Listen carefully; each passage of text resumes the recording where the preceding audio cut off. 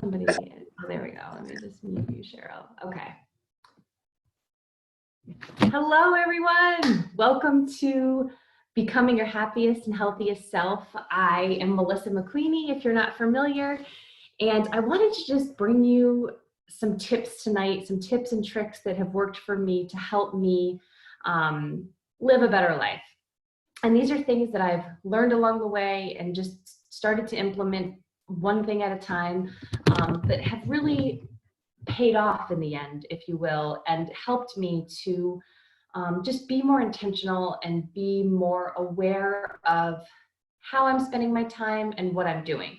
So I'm just going to jump in. So number one is mindset. This is a huge, huge piece of everything for me. So when I signed up to be a coach 4 years ago, I signed up with superficial goals, if you will. Not that anybody shouldn't want to lose weight, but that was my goal, was to lose weight. And there's nothing wrong with that, but I really am a firm believer that you are not going to make any impact neck down until you focus up here. And especially now with everything that's happening in the world, it's really, really important what you're focusing on. And I'm a big advocate of be informed of what's going on in the world, but don't be consumed by it. Turn it off. Be aware of how much time you're spending on those things, because we want to focus on what we can control. And we can't control a lot of that. We can't control how other people are spending their time. We can't control how our president is responding to what's happening. So control what you can control, and that is what you're consuming. And I don't mean that all in nutrition, I mean it in your mind. So be informed, but shut it off. I make sure that I'm putting positivity in my day, and that looks like podcasts, positive books on Audible, reading positive books. I make sure that I'm just consuming things that are going to bring me joy, that will solidify what I've said before is what I can control, what I'm doing in my own life, and leaving all the other stuff in the other world.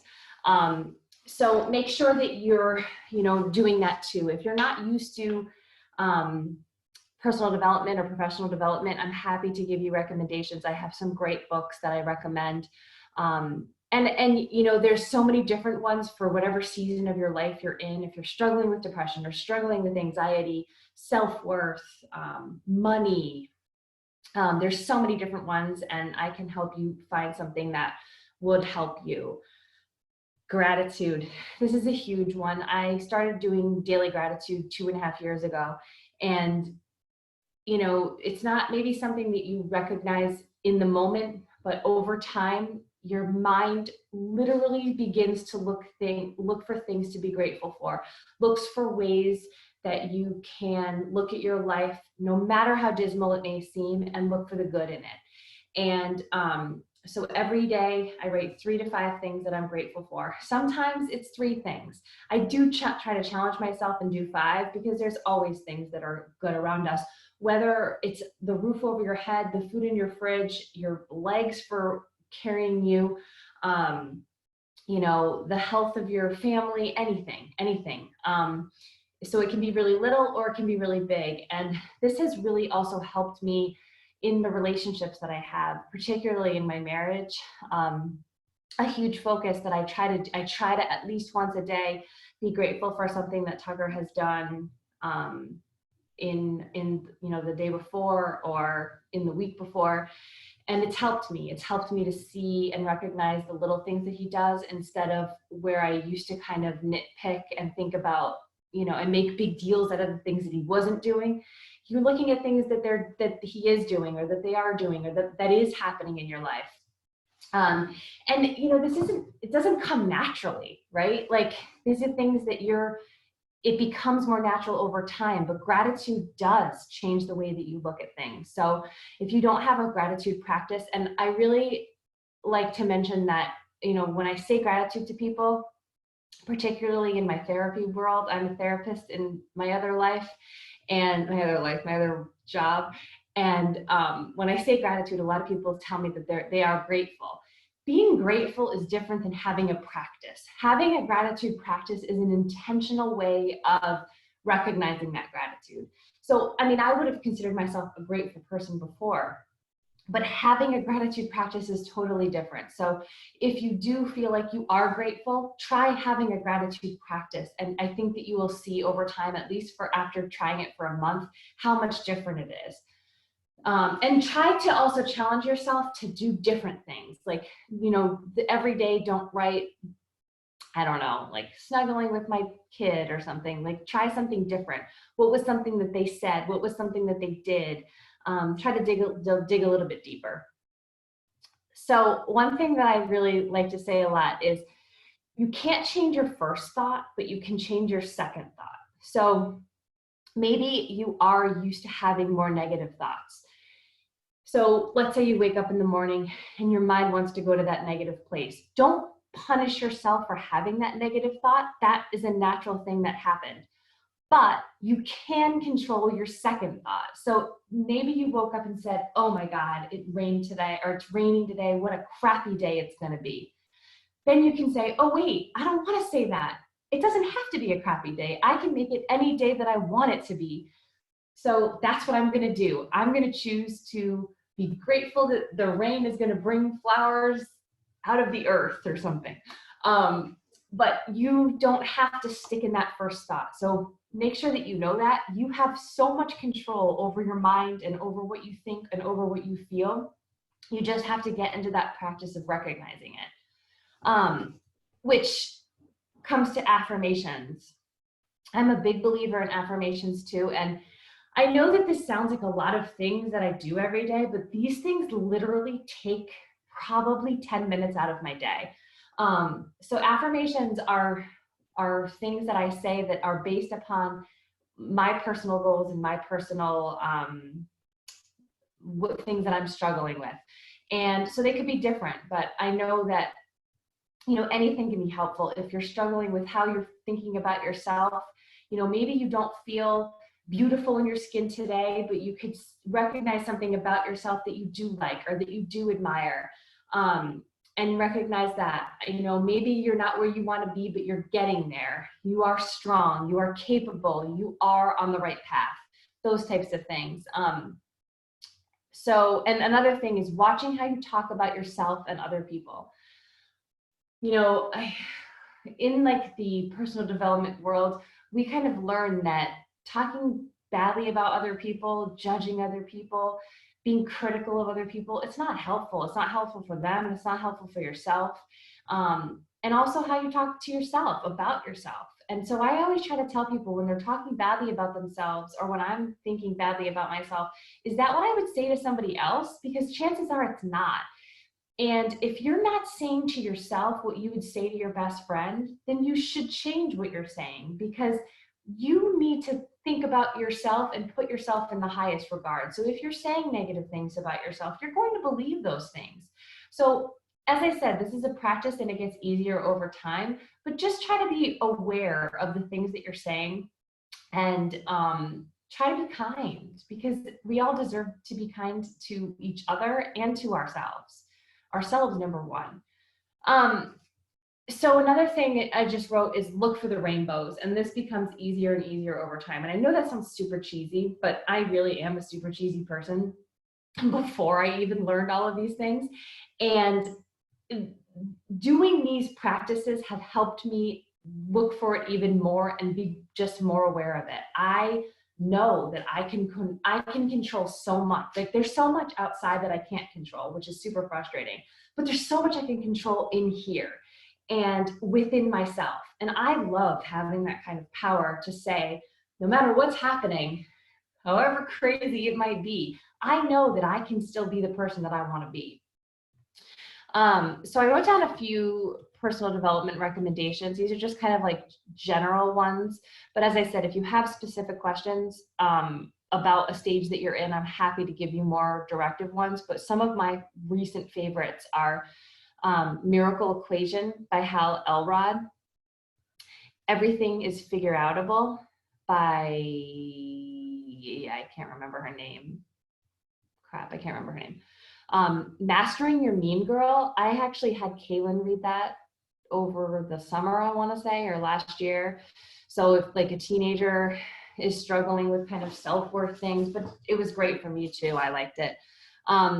The 15 Invaluable Laws of Growth. And also personal development is kind of making its way into our TV too. So if you're maybe you don't enjoy reading, you can check out Brene Brown has a great movie on Netflix, and Rachel Hollis has one on Amazon Prime. Both of those authors too have great books too, but if that's a really kind of nice way to bridge your way into it if you're not used to reading that kind of stuff. Self-help.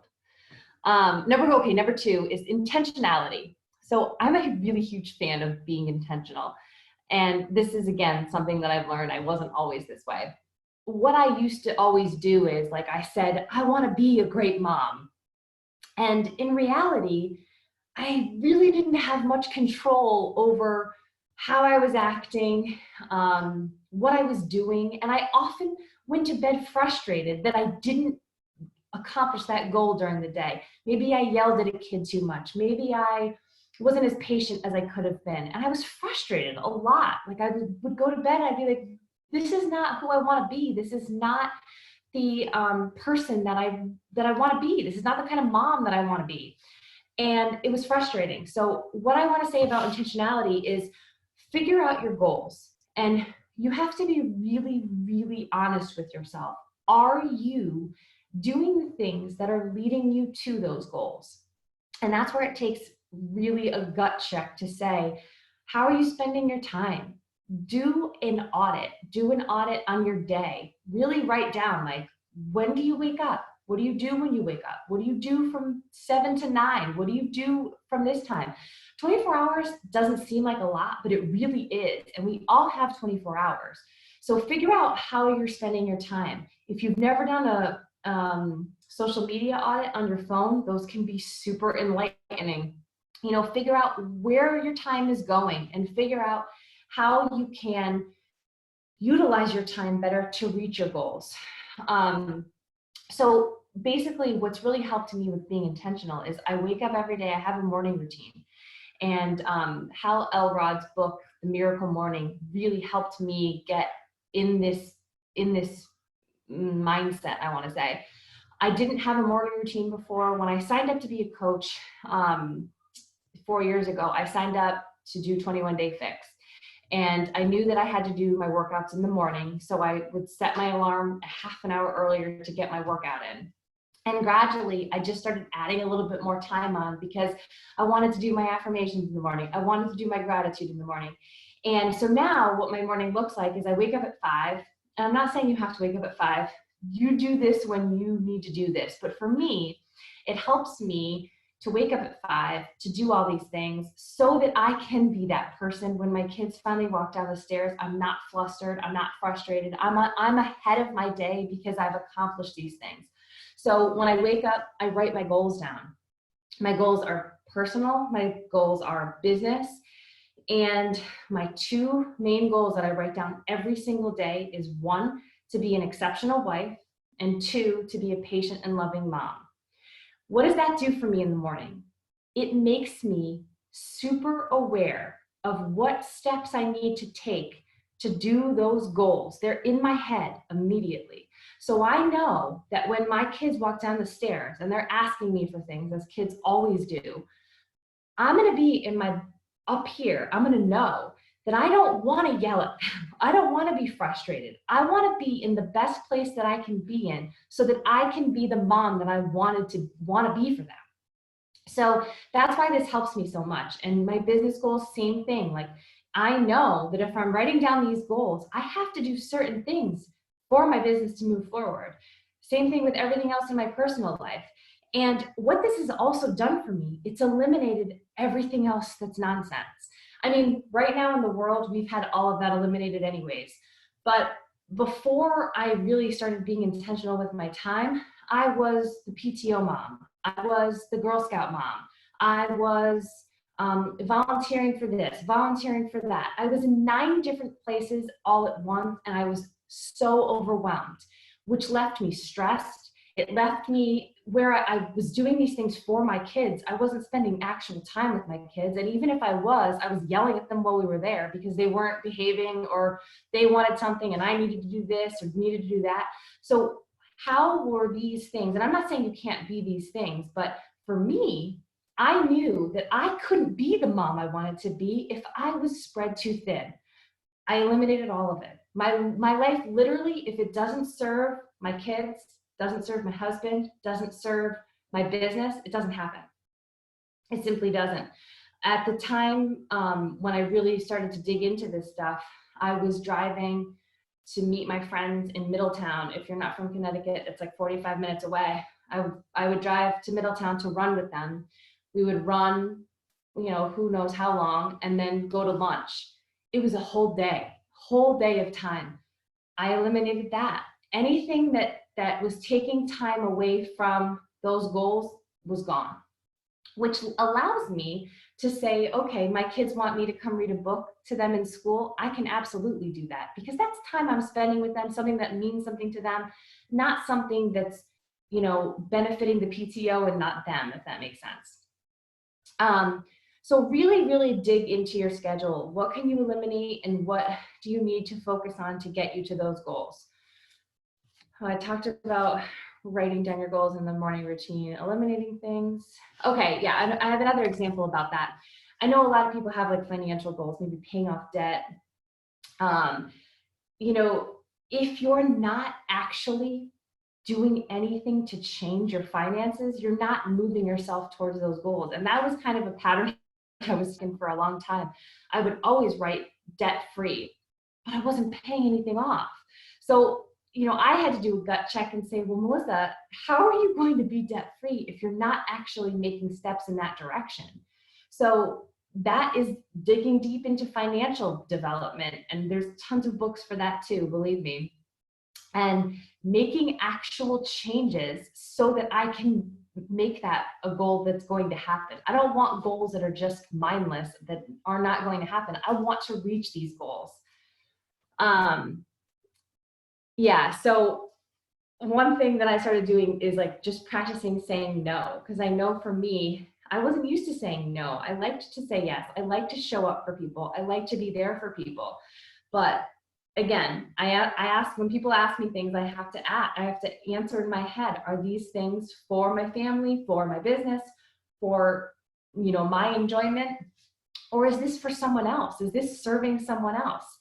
And practicing saying no is actually so freeing. And, I laugh because like sometimes I get so excited when I do it. I look like a lunatic because the person doesn't understand why I'm like, no. They're like, calm down. But I have to explain, like, this is me just practicing saying no, and I'm proud of myself. But I see it, like my husband is a yes person, and it drives me crazy because he'll be like, oh, I just feel bad, I should do this. And I'm like, you should not feel bad about anything. If it's not for you, then don't ever feel bad. You should be number one. Putting yourself first is not selfish. That's just what you should do to take care of other people. Okay, number 3, accountability. So when you have goals, if you don't have people that know about them, it's really easy to give up on them, right? Like nobody knows, nobody's going to ask you about it. I always think about this story. I have a friend from high school who, I told him maybe 3 years ago that we wanted to move. And we do want to move, but back then it was like a pipe dream. Every single time I see him, he says to me, when are you moving? And I'm like, we're not there yet. But that's just an example of it. You say it out loud, people are going to ask you about it. Hey, I have a fitness goal. Will you check in on me about it? Or do you want to join me in this? Hey, I want to pay off a credit card. Will you, hold me accountable to this? If you have no accountability, it's so easy just to throw it away. And I see this all the time in my challenge groups that I run as a coach. I always have a conversation with people when they start, check into the challenge group. And a lot of people are like, no, I don't want to. And I just get really sad about that, because I know from doing this for 4 years that if you don't do it, you're not going to succeed. You could succeed. I shouldn't say you won't, but the likelihood is much less, because nobody's going to know you're there. And it's just really easy to fall behind the scenes and just out of your goals. So the more that you check in, people are going to check in with you. People are going to be cheering you on. People are going to be excited for your journey. You know, the more that you involve yourself in accountability works. And, you know, as a coach, I use accountability in social media. So when I have a goal, or when I have something going on that I want to set for myself, I say it to people. I will say things on Instagram stories. Like one week I said, I don't know how much time I spend on my coaching job. Somebody please ask me on Friday, because I'm going to figure out this week exactly how much time I'm spending on this. Nobody did end up asking me, but I did figure it out, and that's all that matters. I held myself accountable, and that's the power of coaching. But another thing I wanted to say about accountability and also intentionality, it kind of ties in together, is who are you surrounding yourself with? Pay attention to who is in your life and who is in your world. And you know, you're the sum of the 5 people that you spend time with the most. And that can be really like another gut check, because are you hanging out with people that, you know, I have a really core group of people that I hung out with in high school, but the Melissa today is like light years away from the Melissa in high school. And I'm aware of that. When I go into those situations, they don't even see me as the person I am now. They see me as the person back then. And in a lot of ways, they're still the people that they were in high school. So are those people that I want to hang out with all the time? Probably not, because I want to be around people who are growing and changing and evolving and shooting for goals themselves. And the goals don't have to be the same goals, but it has to be moving forward, if you want, you know, you understand that. And I heard this the other day that was really enlightening to me. Is somebody was speaking about the 5 people that you hang out with the most, and they said to include TV. So if you are one of those people who are, you know, spending so much time watching TV now, or you use it as a way to numb your mind, think about that too. If you're, you know, what else could you be doing with your time that would be more productive? Maybe a book, maybe, you know, I don't know, something else. So just be cautious of, you know, how you're spending your time, and just making sure that it's intentional. And, you know, there's lots of ways to kind of evaluate who you're hanging out with, and also to grow. You know, I know when I started running, I became friends with people in the running community, and that was super positive for me. It was a lot of goal setting and a lot of, you know, people who just wanted more for themselves. And then I realized that in that community, they didn't have the personal development piece. So that was what I found in coaching, because without the personal development piece, you get the cattiness, you get the talking crap, you get the gossip, and that is not healthy for me. So anyways, when you say that you're working on a goal, you will be held accountable to that goal. So find accountability in however, you know, you need to find it. And that is one of the things that's helped me the most, just having people around me that inspire me and that always keep me moving forward. So I hope this was helpful. This is why I am so passionate about what I do as a coach, and about the community and the tribe that I've been growing for the last 5 years. In our groups, we focus so much on mindset, because as I said, you know, I know that a lot of people start off their journeys wanting to lose weight, or wanting to get fit, wanting to look a different way. And what I've learned through this is that you don't get there until you get there here. And until you get control of your mind, until you start to really love yourself, love the process, love the journey, and talk to yourself nicer. Like as I said, I joined wanting to lose weight. And what I ended up happening is that I fell in love with me as a person. Forget the whole body. Like, I just feel good about me. I feel good about putting me first. I feel good about the influence I have over my kids. I feel good about finally being the mom that I wanted to be. And yeah, there's light years of improvement that I could do, but at least I'm being a lot better than I was before. And I'm on my way to where I want to go. And I don't know if I'll ever have tons of patience, but it's a goal, right?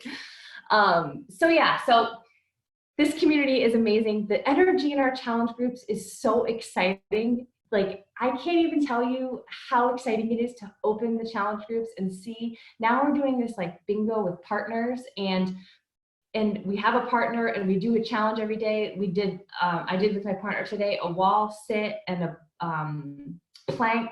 And I don't know what happens when we win. Laura set it all up, my success partner, but it's just so exciting. It's just so exciting to have a place that everybody is cheering you on. And as I said, everybody can have different goals. Some people have goals for the business. Some people have goals for their fitness. Some people just want a community. And who can't benefit from that right now? This has done so much for me in this time that we're here at our houses. We don't have any access to the outside world unless you're going out to your job. Even if you're meeting a friend for a socially distant walk, which I don't even know if that's appropriate now. I don't do it, but maybe it is, I'm not sure. It feels awkward. Like, I've run into people on the street and I'm so excited to see them, but it's like weird being light years away from them. So my point is this, is that it's just so nice to have a community that you can go to. And the more that you dig into it, the more that you'll get out of it. And that's always like my message is with accountability, with all this stuff. If you don't put yourself in, if you don't go outside your comfort zone, if you don't continue to challenge yourself, yeah, you won't get the benefits. You won't. You can just sit back and just say, oh, it doesn't work. But the more that you dig in, the more that you involve yourself, the more that you post, the more that you reach out to someone and cheer them on, the more that you get involved, the more you'll get out. It's just like giving, right? Like, if you are a fan of volunteering or just like to help people like I do, the more that you give, the more that you get. It just feels good. It feels good to give. So yeah, I don't know, I'm going off and off on a tangent, but so I wanted to just let you know about this community that I have. I hope that this benefited you, but the whole reason that I believe so much in this and the whole reason that I am who I am now is because of the coaching community, and it's because of this opportunity. So I want to invite you to join me as a coach. You can join me as a challenger, and I would wholeheartedly accept you and cheer you on and get you involved. But I really, really, really believe in coaching. It holds your accountability to a whole other level. 2, it gives you a discount on the products. And I know for me, I did not join to have a quick fix. I wanted a permanent solution to my health. I wanted to put myself first. I wanted to do something that was permanent. And this is a permanent solution.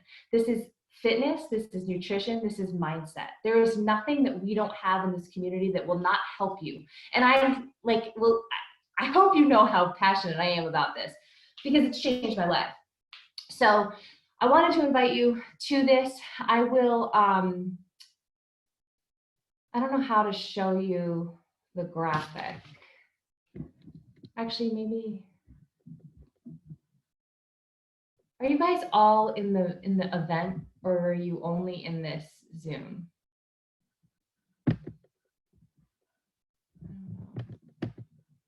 Well, what I'm going to do is I'll share with you the graphic in a message.